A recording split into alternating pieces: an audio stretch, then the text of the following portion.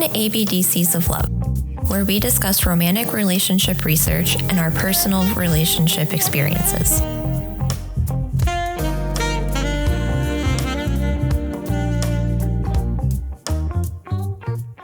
Hi, everybody. I'm Ashlan. And I'm David. Welcome to the ABDCs of Love podcast. This is episode 0, part 2. Today we're excited to discuss our academic journeys, our interest in romantic relationship science, and we'll tell you what you can expect from the podcast moving forward. So Ashlan, what got you interested in romantic relationship science? Well, when I decided to go back to school in 2019, I was really interested in going back for psychology. So the first class that I took at ASU was research methods. And before taking research methods, I thought I knew I wanted to be a counselor or a therapist or just a clinical psychologist. And I thought that was the route I was going to go, no questions about it. Research methods is a required course at ASU. And so there was no way going around it. So I took it that summer and I ended up falling in love with research methods. I could not just even begin to imagine thinking that you could do something like that, meaning you can take data and find answers and you can ask these questions and find the answers. And I just thought that was so cool. I thought it was honestly cooler than doing clinical psychology. And so it was really after that I knew I wanted to do some type of research. And the next semester, so that fall, I took more psychology classes because the prereq for them was that research methods class. After taking my one class, my personality psychology class, that professor, she has her own research lab and she conducts research. And she's interested in cultural and decision making. And she needed more research assistants in her lab. And so I applied to be part of her lab and she accepted me. And I loved being part of that lab. I had so much fun in that lab. I started that following semester, so that spring. And one of the topics that one of the grad students was interested in was looking at personality and social media use.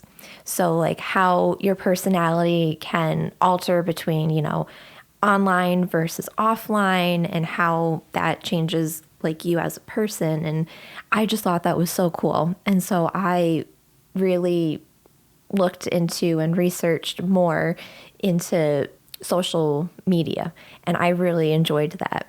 And then when I was still in school, I was obviously taking more classes, more psychology classes.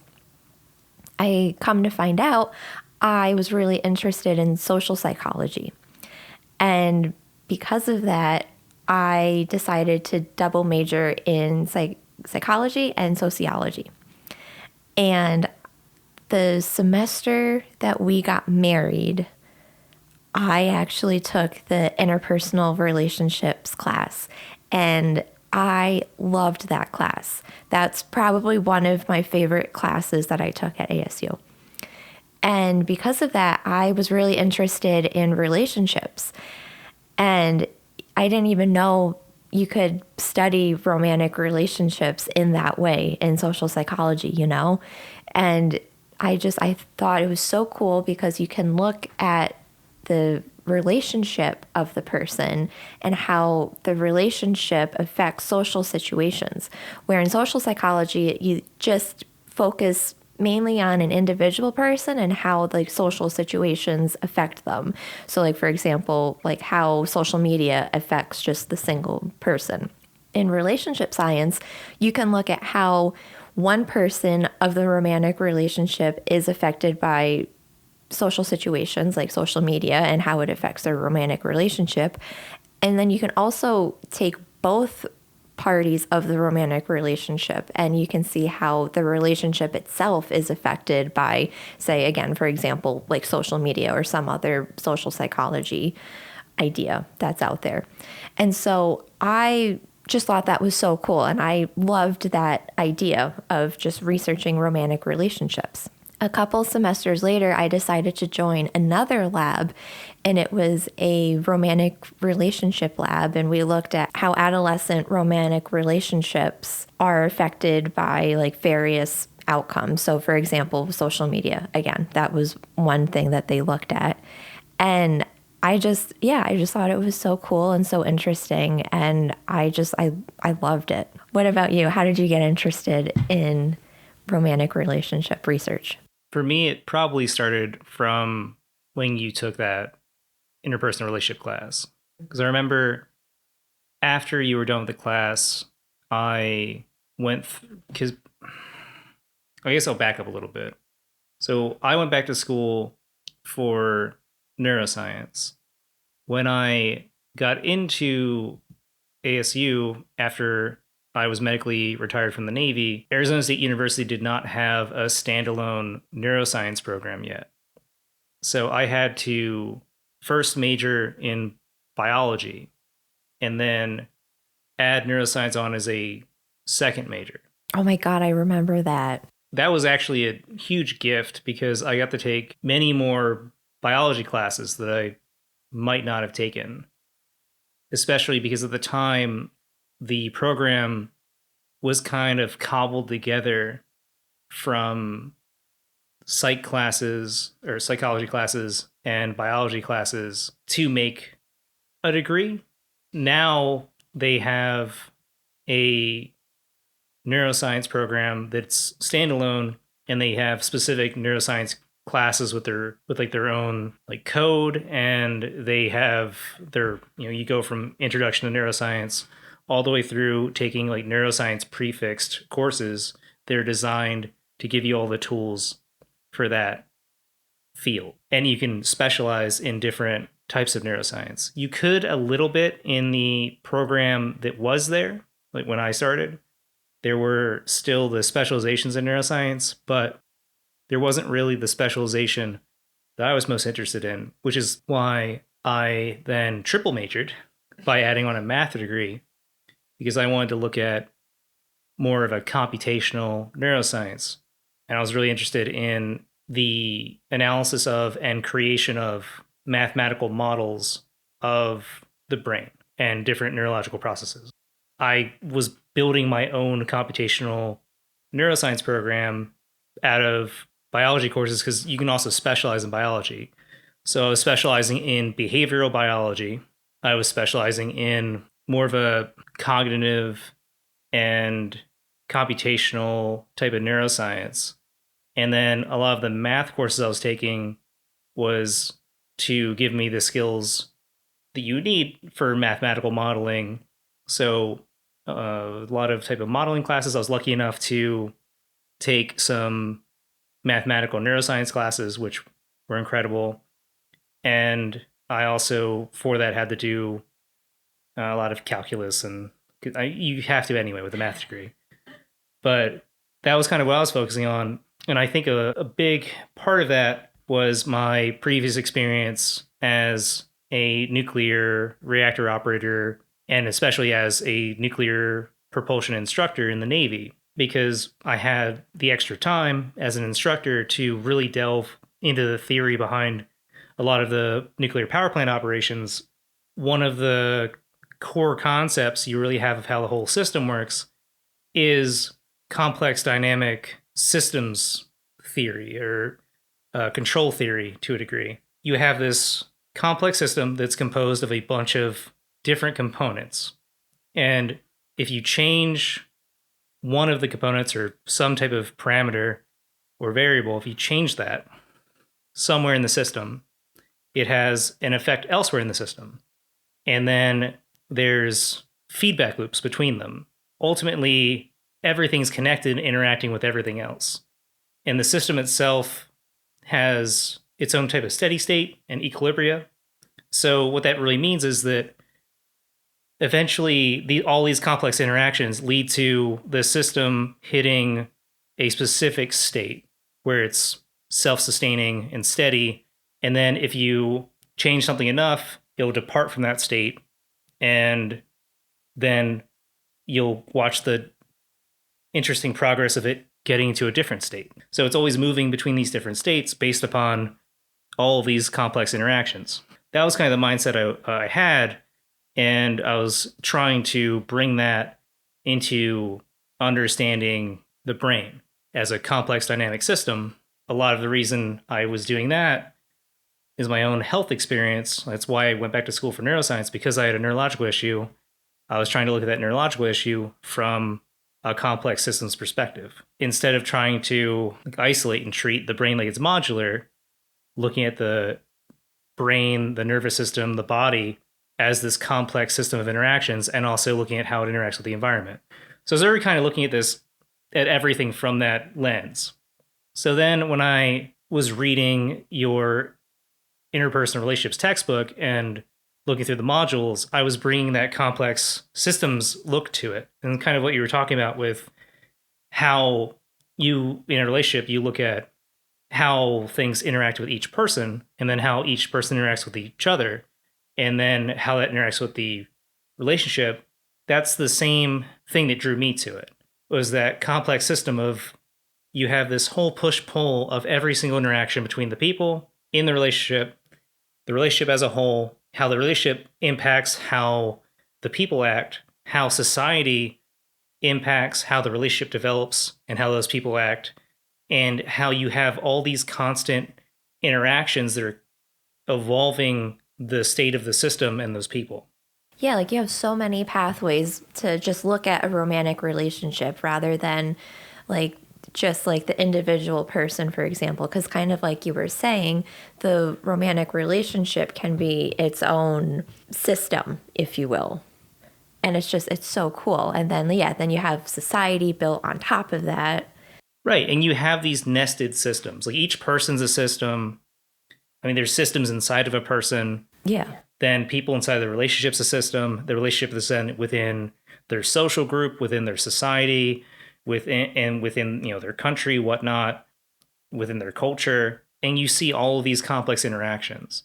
That is really what I'm most fascinated with, is looking at all of those interconnections and trying to just understand what's happening at each level. And I found it fascinating. Like, it's really a lot of the reason I was in the labs I was in. My research experience was mostly in labs that focused on complex dynamics.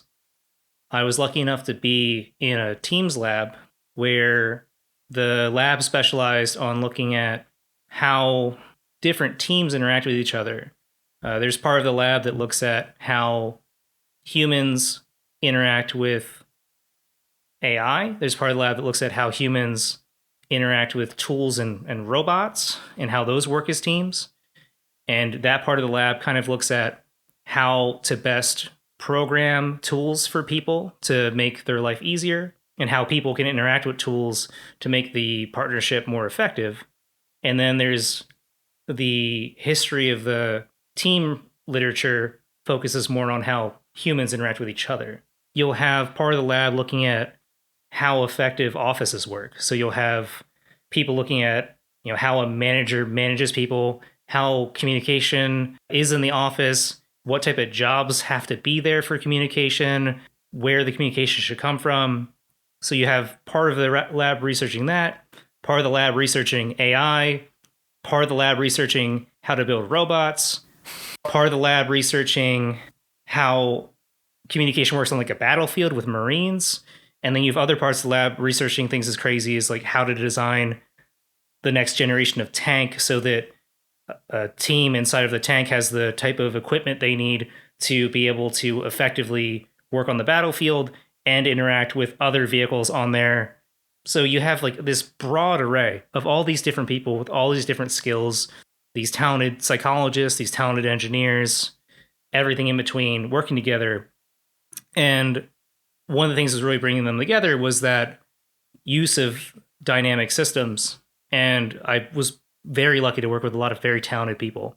And I learned a ton just from getting to, be there and just getting to like kind of hop in and out of different groups, getting to do different research. Like I got to do things as crazy as they built a Minecraft simulator to simulate like different combat vehicles and be there with another person communicating, then there'd be like an AI that you'd have to work with, and they would change the how helpful the AI was, and then see how that impacts the group. It was really fun. It was That's really so cool to get to be a cool. part of. Yeah, so I loved it.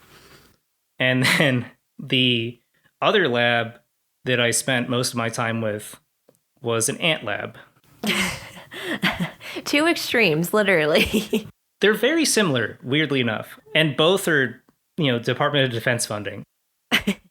Because there's a lot you can actually learn from ants. So the reason I went to the ant lab was I was interested in looking at ants from the perspective of them as a complex system that can work analogous to a brain. So each ant is its own little decision making unit, and they all interact with each other. And their interactions, once they eventually develop some type of equilibrium, then you can have these perturbations or these changes and interactions of the ants that then the colony will decide to do something new. So, like, say an ant finds a better home for the whole colony. It comes back and then has to convince the colony. So you have each ant talking to each other, working with each other, going and checking out the new nest, doing all these things. And then eventually the colony decides this is what's best for us. And the entire colony then efficiently moves. So I was looking at that as an analog to the brain of each ant almost working like a neuron, even though ants have, I think, about 250,000 neurons. So each ant is much smarter than your neuron is, but they still are these simple decision-making units. I loved it. It was really cool. I got to do everything from watching ants move. I built little ant homes. I took pictures of ants. Everything from that to watching hours of video of ants going to war with each other to try to see why it was happening. It was really neat. But still, all was that kind of a complex system interaction that I was looking at. And I saw the same things happening in the romantic relationship science literature. I kind of all saw it all connecting to each other. And it makes sense because you have all these complex systems. Right.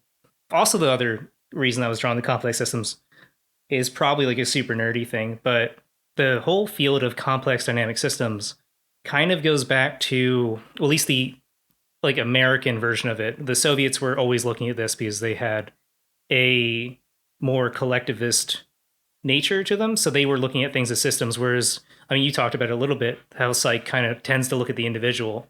Yes. Yeah. Especially in the U.S. Like, whereas, yeah, like in Russia and like some countries in Asia, like China and Japan and whatnot. Yeah, that's a more collectivist. Yeah. So I was actually just, this is like a little side tangent, but I'm actually reading a book right now by the neurobiologist Robert Sapolsky, and he was talking about how when interviewed, people in the United States, when interviewed about themselves, show different activation than people from East Asian countries. No way. In the US, they show almost excitement, and then they show almost not exactly shame, but they show a different, like almost an opposite emotion when talking about others, especially when it has to do with like who gets credit.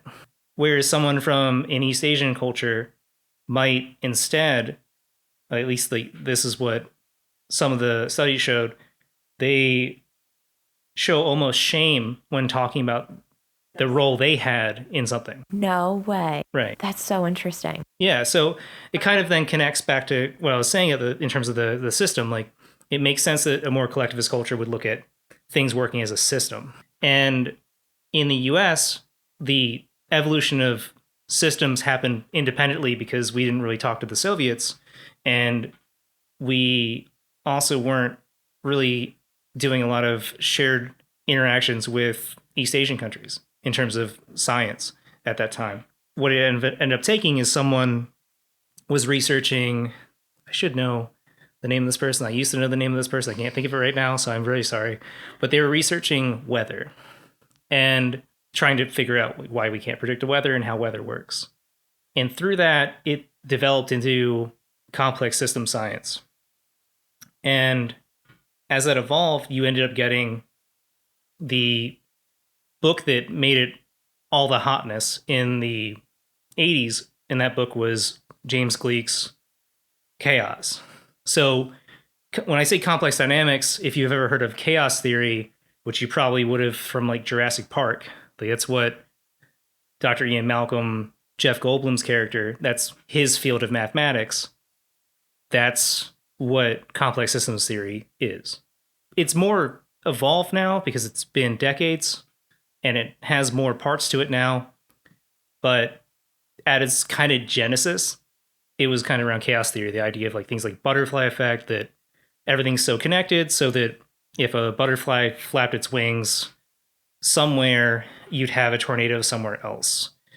And that for terms of predicting the evolution of systems, it comes down to really knowing like what the initial conditions are. And if anything's a little bit different, something else totally changes. And you see that a little bit in these systems we're talking about, where like think about how much it makes a difference for someone to have, you know, a slightly different feature and how that can change the evolution of a system, or when, you know, something can that might seem innocuous can actually have an outsized effect just because of the way the system evolves. Yeah, absolutely.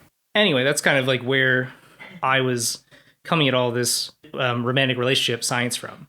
Then it started to show up more in my classes. So I would take a behavioral biology course that through like 3/4 of the course we're talking about like the brains of birds, and then we get to the section on humans, and it has a whole part about human romantic relationships, and then has a lot of like evolutionary psychology, which you do take a lot of it with a grain of salt. People are doing their best. They just, you know, you can't gather evidence on people that are dead that well. You're looking at like why people have the relationships they do, why certain cultures have the norms they do in terms of how people pair up and mate, and why human mating practices might be the way they are. So you start looking at that and the complexity there is because it's all the interactions between history, culture, environment, genetics, everything.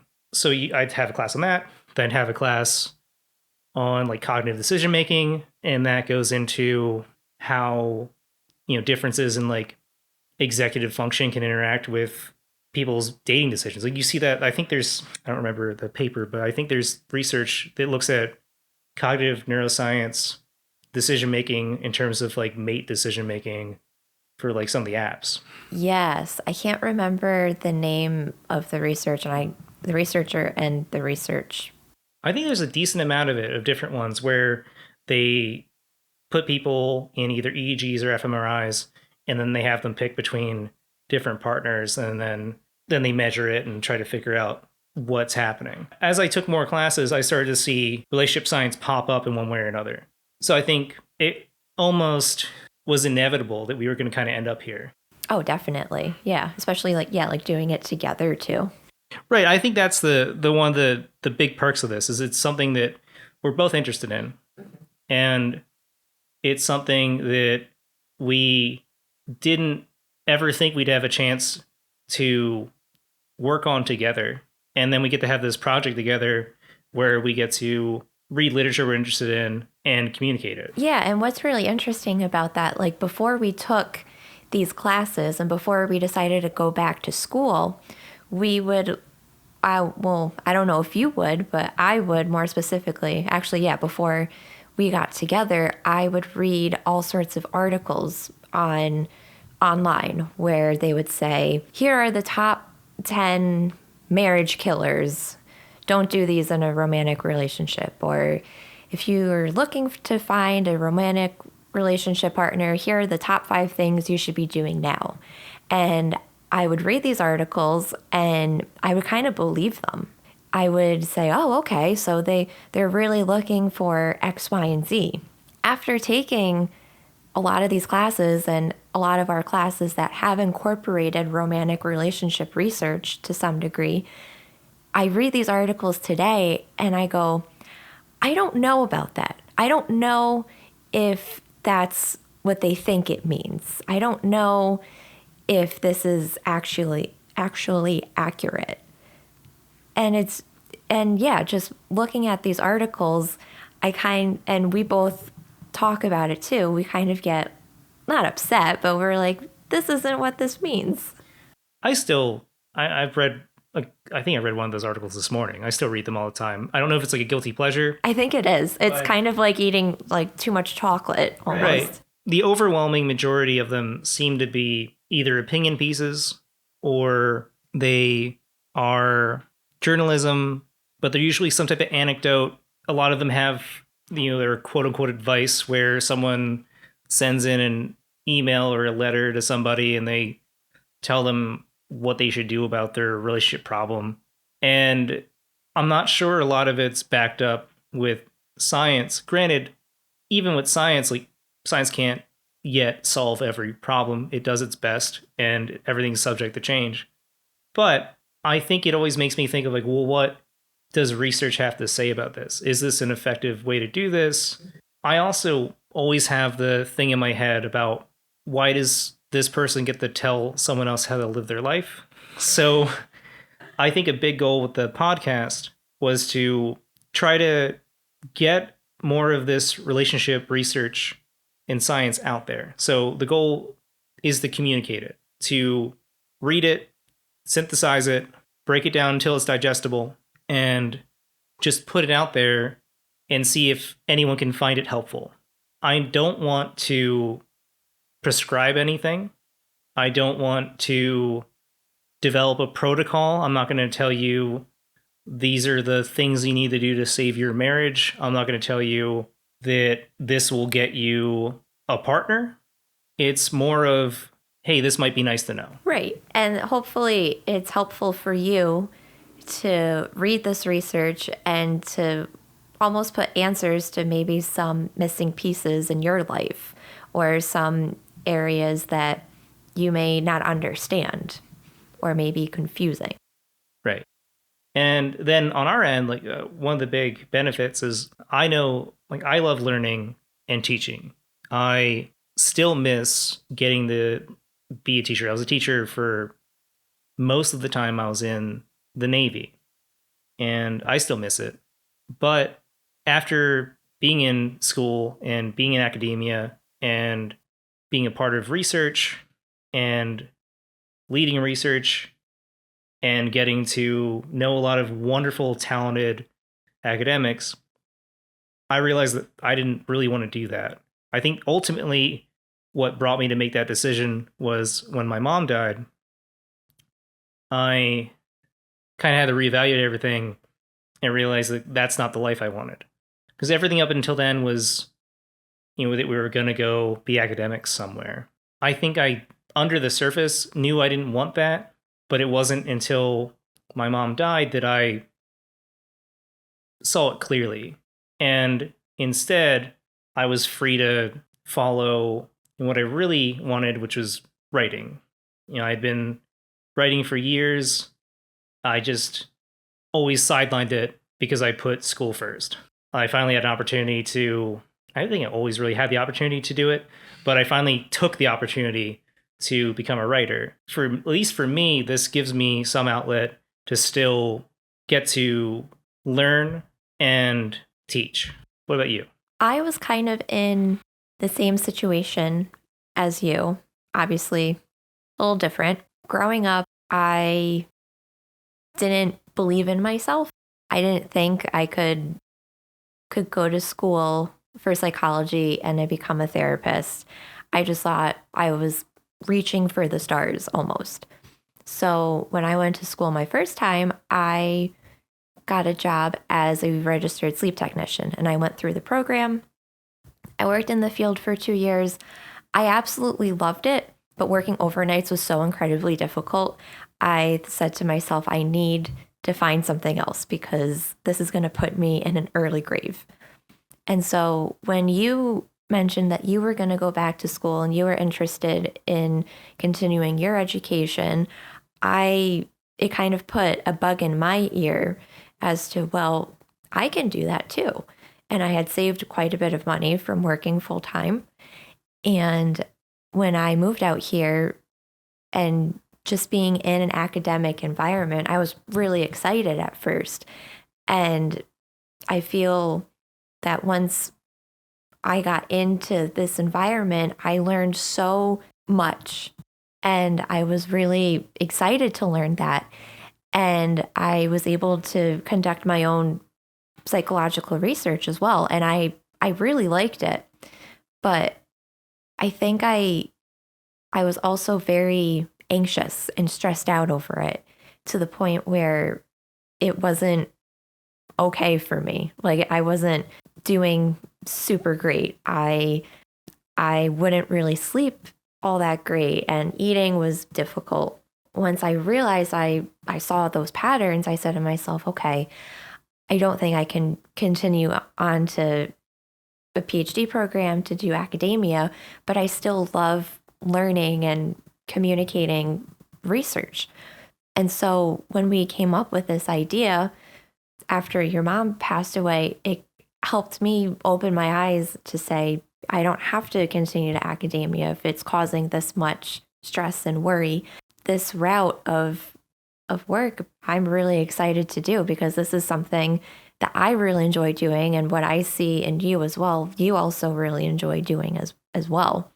So I am really excited to just start this journey together and to just see where it takes us. Yeah, like I'm very excited. I didn't think we'd ever really have the opportunity to work together. If we did go through and become academics, we wouldn't have been exactly in the same field because I was going to be doing more of a math focused path. I feel like with other fields of work too, if couples do work together, it's almost in a competition. And in this field, like what we're doing, we're just talking and doing it together. And I think that's what's really helpful too. Academia is great if it's for you. If it's a thing you want to do and you love it, then do it. Everyone who's in academia is extremely talented and capable, yes. And they work really hard at their jobs. They are extremely dedicated to their jobs, and you have to be. You have to be so that you can do all of the other parts of it and other parts of your job that aren't just researching and learning and teaching. There are so many other aspects to being an academic, and I didn't want to do them. And because of that, I would have struggled. And I think we had that same issue where we loved parts of the job, but we didn't want to or even think that it was worth it for us to go through the rest of it. Yeah, looking at it today, I really don't think academia is for us. Right. It's way too much. Right. And one part of it is because there's so many talented people and there's so few positions. Like you were saying before with the competition, like it would almost be inevitable that we'd be in competition in some way. Yes. And this way we get to just work together and we get to enjoy a project together and we get to just be a team. And I really enjoy that. I do too. I'm excited. I'm very excited. We should probably talk about what people can expect from the podcast. In our episodes, we'll discuss one or more pieces of relationship science literature, and we will mostly focus on literature from our expertise areas: psychology, sociology, neuroscience, and biology. And I promise not to focus too much on any relationship math. What we'll be doing with the research is we'll be breaking it down and making it digestible by connecting it to our own personal relationship experience or of relationships we're familiar with, or even connecting it to relationship portrayals in media to help communicate the science. So if you're interested in romantic relationships, psychology, sociology, neuroscience, biology, science in general, want to hear more about our relationship, or just want to come along for the ride, then stay tuned for new episodes every Monday. Our next episode will be about Sternberg's triangle theory of love and the 3 components of love. Thank you so much for listening, and we'll talk to you soon. Until next time.